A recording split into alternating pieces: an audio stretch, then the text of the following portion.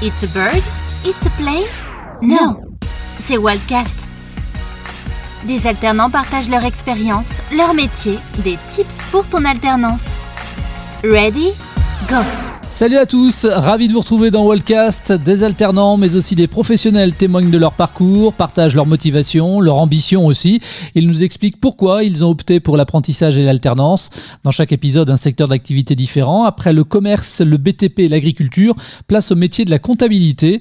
Avec le développement de nouveaux logiciels, la dématérialisation des documents, l'automatisation de certaines tâches, le secteur est en pleine mutation et il séduit de plus en plus de jeunes. 177 600 étudiants étaient inscrits en école de commerce, gestion, comptabilité en 2019 et c'est 25 000 de plus qu'en 2016. Des étudiants qui pour certains ont fait le choix de l'alternance. C'est le cas d'Amy, 20 ans, en DCG, diplôme de comptabilité de gestion, niveau licence au lycée Teilhard de Chardin à Saint-Maur-des-Fossés dans le Val-de-Marne. Bonjour Amy. Bonjour Jean-Baptiste. Est-ce que tu peux nous parler de ton parcours avant d'arriver en DCG ? Alors moi j'ai préparé un bac S à Darsonval, un lycée à Saint-Maur, option physique-chimie. Et du coup quand j'ai dû m'inscrire sur Parcoursup, je voulais partir en fac de physique. Avec les débouchés c'était compliqué, du coup j'ai dû chercher autre chose. On m'a orientée vers la compta parce que je voulais garder la vision des chiffres. En fait ça m'a beaucoup plu après quand j'ai regardé. Donc, je suis partie directement des CG en sortant du bac. Je suis en apprentissage en alternance. Et tu l'effectues où ton apprentissage, ton alternance ? Je suis dans un cabinet d'expertise comptable à Créteil qui s'appelle Acofi. Et quelles sont tes différentes missions sur place dans ce cabinet ? En fait, je suis assistante d'un collaborateur, donc je fais beaucoup de saisies. J'ai de la TVA, des déclarations fiscales à faire, on fait de la constitution de société, on voit passer des fois des entreprises en difficulté, donc avec l'expert comptable, on voit comment on peut les accompagner. Et du coup, moi, j'observe beaucoup tout le processus. Finalement, au fond de toi, pourquoi ce choix de la comptabilité ? T'es une amoureuse des chiffres à la base, c'est ça ? Oui, quand j'étais encore au lycée, j'étais très bonne dans toutes les matières scientifiques. Et je voulais, dans mon métier, pouvoir garder cet aspect vraiment numéraire, les chiffres. Par exemple, on a de la finance, on a des maths financières, c'est très intéressant et puis c'est très concret en fait, on peut l'appliquer même à la vie de tous les jours. Probablement à tort, on a souvent dit que l'expertise comptable, c'était pas forcément un métier très fun. Évidemment, tu vas me dire le contraire. Ah bah oui, l'expert comptable, à partir du moment où c'est un métier qui est où on voit des gens toute la journée, où on est en contact avec les clients, avec des personnes qui sont réelles, c'est intéressant, ça nous apprend plein de choses. Au niveau du travail, mais aussi au niveau humain. Donc toi, tu t'éclates. Ah bah oui, moi j'adore ma formation. Mais tant mieux, c'est cool, c'est bien. Comment ça se déroule en termes d'emploi du temps pour toi, entre ton alternance, entre l'entreprise et puis les cours ? En fait, le lundi, le mardi et le mercredi matin, je suis à l'école, donc j'ai cours. C'est à peu près du 8h-17h ou 8h-18h tous les jours. Et ensuite, le jeudi, vendredi, je suis au cabinet. Et le mercredi après-midi, c'est une semaine sur deux parce que j'ai encore des DST, devoirs sur table, des examens. Et tu arrives à jongler entre les deux, tu arrives à concilier sans difficulté ton job en entreprise, enfin dans le cabinet, et le travail que tu as à faire dans le cadre de tes cours. Tu arrives en même temps à réviser aussi pour tes examens ? Bah oui, moi ça me pose pas de problème. Mais on a quand même du temps quand on est en cabinet. Enfin, ils savent qu'on travaille à côté et ils en tiennent compte. Enfin, c'est-à-dire on fait 9h, 17h à peu près. Et tout le reste du temps, on peut travailler, on a nos week-ends, on n'est pas censé être surchargé de travail, ils le savent très bien, nos collaborateurs. C'est quoi les cours que tu suis dans ton établissement ? Du coup, c'est un diplôme sur 3 ans, donc on change de matière tous les ans. Et cette année, j'ai du droit social, donc c'est du droit de la sécurité sociale et du travail. Et après, oui, il y a pas mal de compta. La compta et le droit, c'est vraiment le cœur du métier. Et après, un petit peu d'informatique, de l'anglais, de l'économie. Et comment ça se passe en cours à Teilhard de Chardin ? Que penses-tu, toi, de l'enseignement de manière générale ? Je suis très contente parce que déjà, Teilhard, c'est pas un établissement où on est toujours couvé. On n'est plus des élèves, on est des étudiants pour eux. Donc, on est accompagnés, mais on n'est pas surveillés non plus. Et les enseignants, ils sont comment alors ? Ils sont très bien. Pour beaucoup, c'est des enseignants de prépa du coup. Après, il y a des professionnels qui viennent enseigner de la comptabilité, d'anciens experts comptables, d'anciens avocats. Donc, on a la chance de pouvoir profiter pleinement de leur expérience. Et du coup, ça t'apporte quoi l'alternance, l'apprentissage ? C'est l'aspect concret vraiment du travail. On voit ce qu'on apprend. On peut vraiment savoir pourquoi ça se fait comme ça. comment eux ils le font, parce que des fois ce qu'on apprend c'est pas exactement ce qu'on applique. Pendant que tu es en entreprise ou en tout cas au cabinet d'expertise, tu touches une rémunération ? Oui, la rémunération des alternants, c'est en fonction de notre âge et de notre niveau d'études. Enfin. Et du coup, c'est défini selon un barème, c'est un pourcentage du SMIC. Et on a peu de cotisations sociales. Donc nous, le brut, c'est quasiment égalonné. Et c'est un plus pour toi que de pouvoir toucher une rémunération alors que tu es toujours étudiante quelque part ? Oui, c'est un plus. J'habite encore chez mes parents, du coup, j'ai assez peu de charges. Et je sais que, du coup, quand je vais vraiment me lancer et que je vais vouloir prendre un appart ou que j'aurais besoin d'une nouvelle voiture, je sais que je pourrais compter sur du coup cet argent-là que j'aurais mis de côté. C'est quoi la suite pour toi une fois que tu auras décroché ta licence ? Si tout se passe bien, j'ai ma licence cette année et du coup l'année prochaine, j'aimerais bien faire le master qui suit le DCG. Le but, ce serait l'expertise comptable, donc il faudrait le DEC, le diplôme d'expert comptable. Si on devait parler de ton ambition ultime, si toutes les portes t'étaient absolument ouvertes, tu aspires vraiment donc à l'expertise pour terminer ? Oui, moi ce serait la double casquette expert comptable commissaire aux comptes que je voudrais. Et Amy, est-ce qu'il serait possible que tu continues à travailler dans l'entreprise, enfin dans le cabinet d'experts dans lequel tu te trouves actuellement ? Ah oui, complètement. Moi, ce serait vraiment l'idéal pour moi. Ils t'ont déjà proposé quelque chose en ce sens ou pas ? Ils m'ont demandé si j'allais rester pour le master. Donc, ce serait l'idéal, ce serait de le faire là-bas pour moi. Et après, pourquoi pas, oui, c'est eux qui m'ont formé, je connais déjà les logiciels, c'est avantageux aussi pour eux de me garder. D'après toi, Amy, quelles sont les qualités qu'il faut avoir pour réussir son alternance dans le domaine de la comptabilité, par exemple ? Je sais pas, quel trait de caractère il faut ? Pour moi, il faut être assidu. Assidu, en vouloir aussi peut-être un peu, parce que il y a du débit, il y a du volume, il y a vraiment beaucoup de choses à apprendre en peu de temps. Il faut s'intéresser, surtout quand on est en alternance, parce qu'après... Si on travaille avec des personnes qui voient qu'on s'y intéresse pas, que ça nous intéresse pas, qu'on n'a pas envie de venir au travail le matin, même pour eux, c'est pas intéressant. Nous, on s'ennuie et pour eux, c'est pas intéressant. Non, faut être assidu, faut être intéressé dans ce qu'on fait. Et peut-être un peu ambitieux, parce que sinon, on a du mal à réussir aussi. Et justement, si tu devais donner des petits tuyaux, des petits conseils pour réussir son alternance, tu donnerais quoi ? Pour moi, le conseil qu'il faudrait pas oublier, c'est que faut se motiver le soir quand on rentre du travail ou le soir quand on rentre des cours à retravailler, parce que tout ce qu'on fait dans la journée, on a tendance à l'oublier et pourtant, c'est des choses qu'il faut vraiment revoir en fait. On sait qu'on n'a pas beaucoup de temps. Il faut se forcer à travailler dès le début de l'année parce qu'à partir du moment où on a du retard, c'est très compliqué de le rattraper. Moi, c'est la principale difficulté que j'ai eue en arrivant en alternance. Tes principales sources de satisfaction maintenant de l'alternance ? Quand je vois qu'au travail, on me laisse de plus en plus de liberté. C'est-à-dire au début, tout ce que je faisais, c'est la période d'apprentissage. Tout était hyper surveillé, contrôlé, très suivi. Et maintenant, je sais que c'est des dossiers qui sont encore regardés, mais un peu plus en diagonale.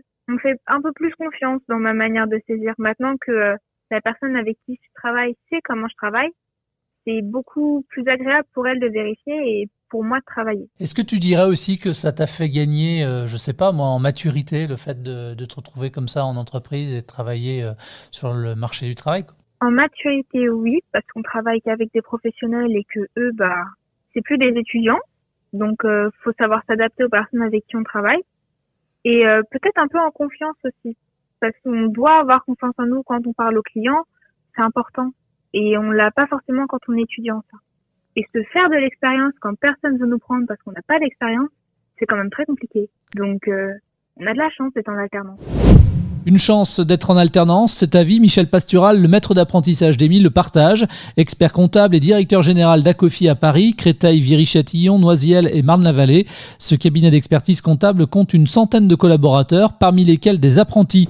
Bonjour Michel Pastural, merci de répondre à mes questions. Alors pour quelles raisons votre cabinet accueille-t-il régulièrement des apprentis ? Alors depuis toujours, on a souhaité privilégier l'apprentissage. On souhaite intégrer des jeunes qui, au bout de 2-3 ans, ont la culture du cabinet et la culture du client, la culture des missions différentes, des clients différents.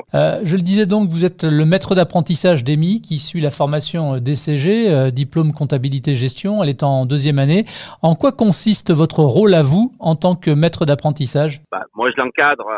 Je travaille avec d'autres collaborateurs, mais j'essaye de voir si...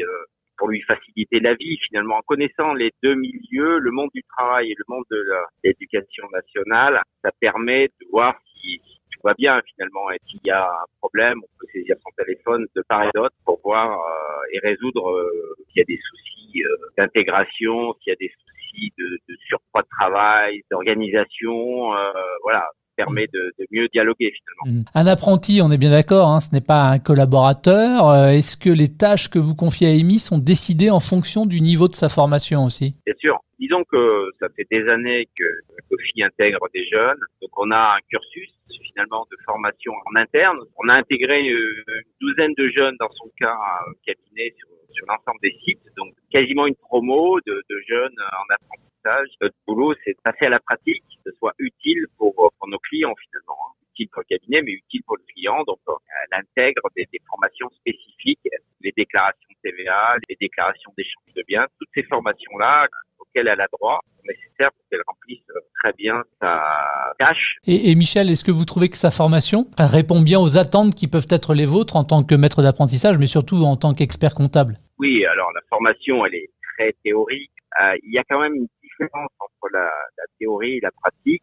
Voilà, plus sa tête sera bien faite, plus vite elle ira sur des missions valorisantes, mais malgré tout, il y a un écart. Et ça, l'intérêt de l'apprentissage, c'est qu'elle aura, par rapport à ses collègues qui ne font pas d'apprentissage, elle aura une expérience qui fera arriver sur des missions difficiles plus rapidement. Est-ce que les apprentis experts comptables sont certains à l'issue de leur formation de trouver un emploi? Ah oui, on est dans une profession qui recrute énormément, donc il y a zéro problème. D'abord nous, on lui proposera un travail, à Amy évidemment. C'est le but du jeu, hein. On leur propose d'entrée de jeu et on leur dit qu'on souhaite investir dans le contrat d'apprentissage parce que au-delà quand même de la rémunération qu'on donne aux salariés, il y a tout un effort de formation, il y a tout un effort d'organisation du cabinet parce que pendant 2 jours et demi, elle est à l'école, 2 jours et demi, elle est au cabinet. Pendant les 2 jours et demi où elle est à l'école, qui répond à ses clients. Donc, c'est une organisation spécifique à avoir et on dit bien à ces apprentis que nous, on souhaite les intégrer évidemment comme collaborateurs. C'est ce qui s'est passé d'ailleurs avec plein d'autres salariés actuels d'Acofi. Et on sait que ça marche. On aime bien cette formule et le but c'est qu'elle intègre, une fois que ses études sont terminées, le cabinet Acofi comme collaborateur à temps complet.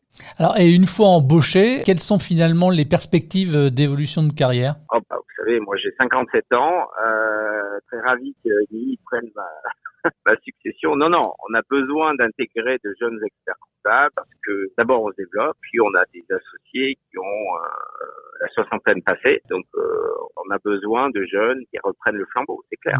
Alors à une époque où on avait l'image d'experts comptables toujours assis derrière un bureau à rentrer des chiffres dans des tableaux Excel, est-ce que c'est toujours le cas ou le métier s'est quand même un peu réinventé? Évidemment, le métier avec la digitalisation évolue à vitesse grand V. L'avenir n'est pas à la tenue basique des écritures. L'avenir est à des gens qui ont une tête bien faite comme Amy, par exemple, qui sauront intégrer des fichiers et de la data et les rendre accessibles à nos clients.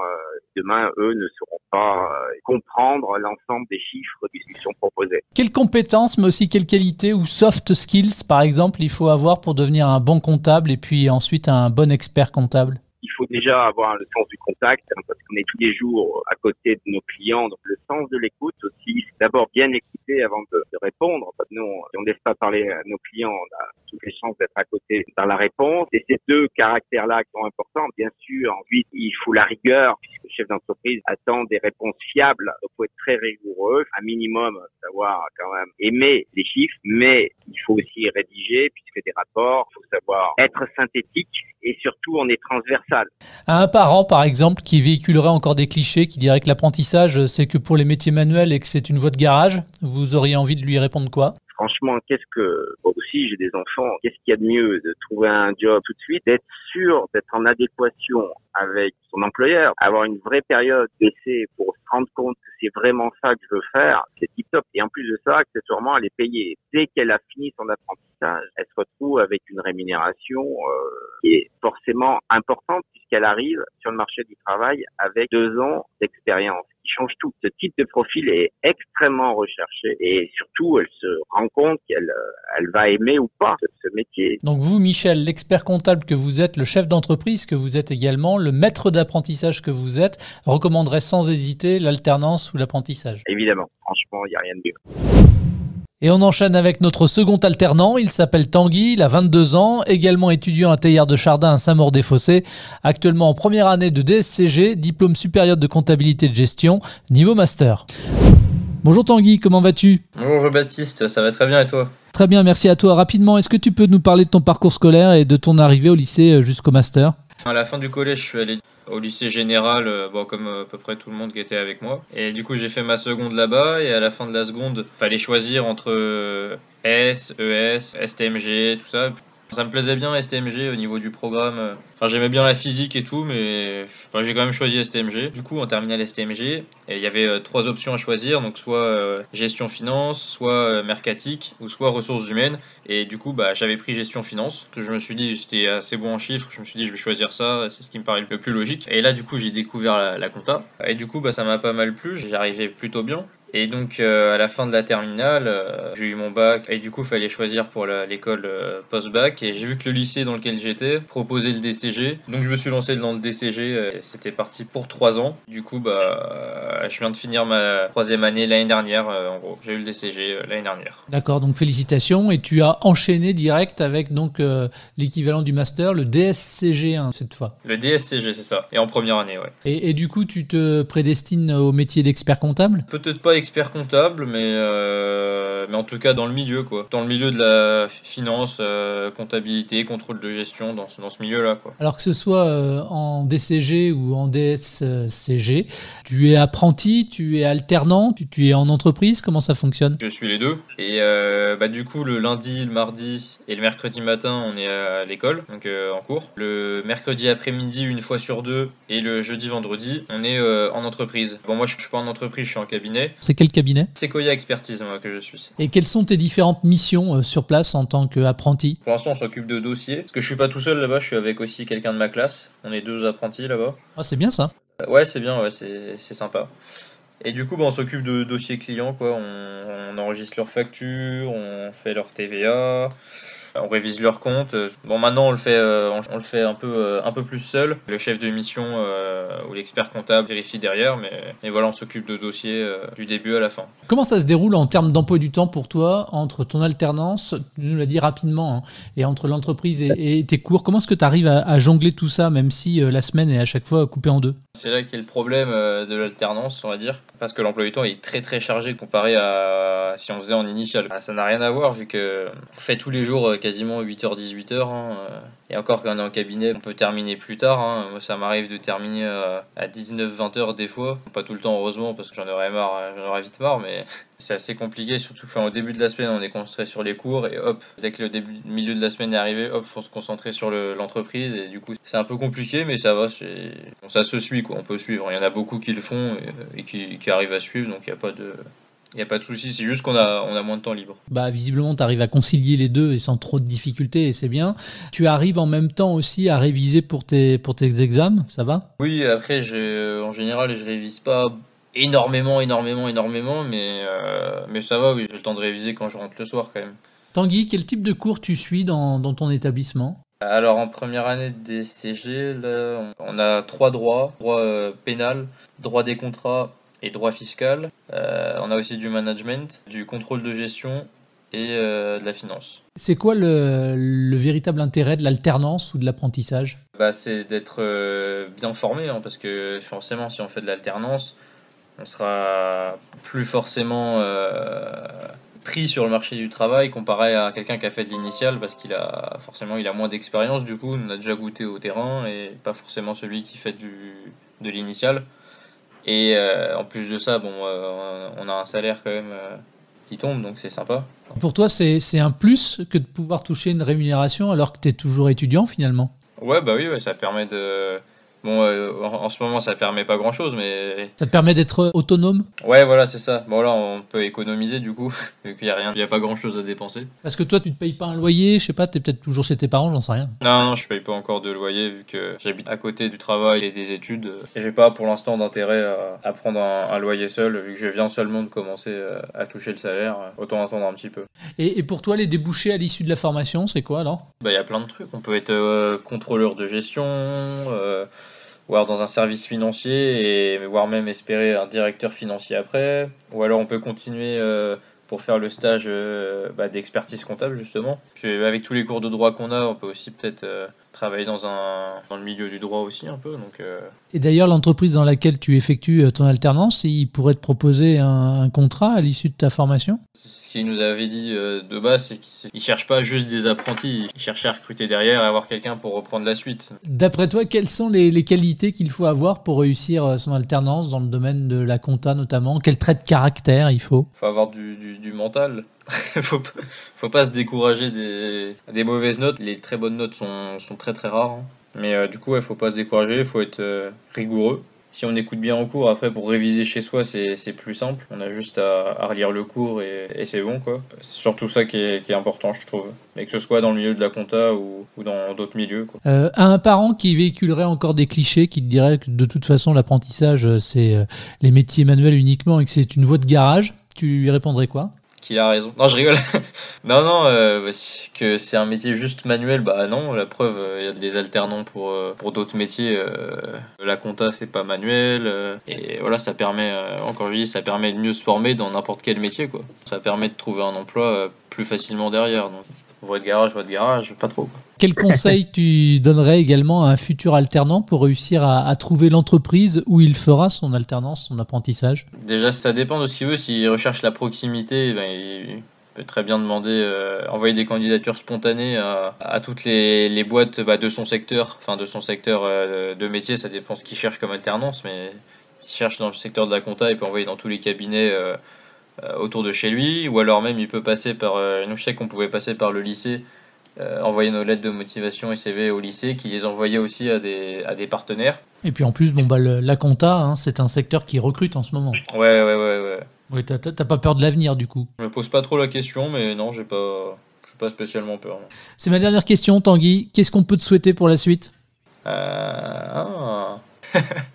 sais pas, de la réussite dans le master, on va dire. Et puis de pouvoir faire la chouille à nouveau et d'aller boire des pots avec des potes. Ouais, ça serait pas mal. Hein. Allez, on leur souhaite bon courage pour la suite à Tanguy et Amy. Une bonne continuation également à Michel Pastural. C'est la fin de ce 4e numéro de Waltcast. Merci de votre fidélité à ce programme. Et pour toute question autour de l'apprentissage, de l'alternance, rendez-vous sur walt.community. À très vite pour un nouvel épisode. C'était Waltcast, le podcast de Walt sur l'alternance. À la recherche d'une orientation, une formation, un job en alternance, rendez-vous sur walt.community.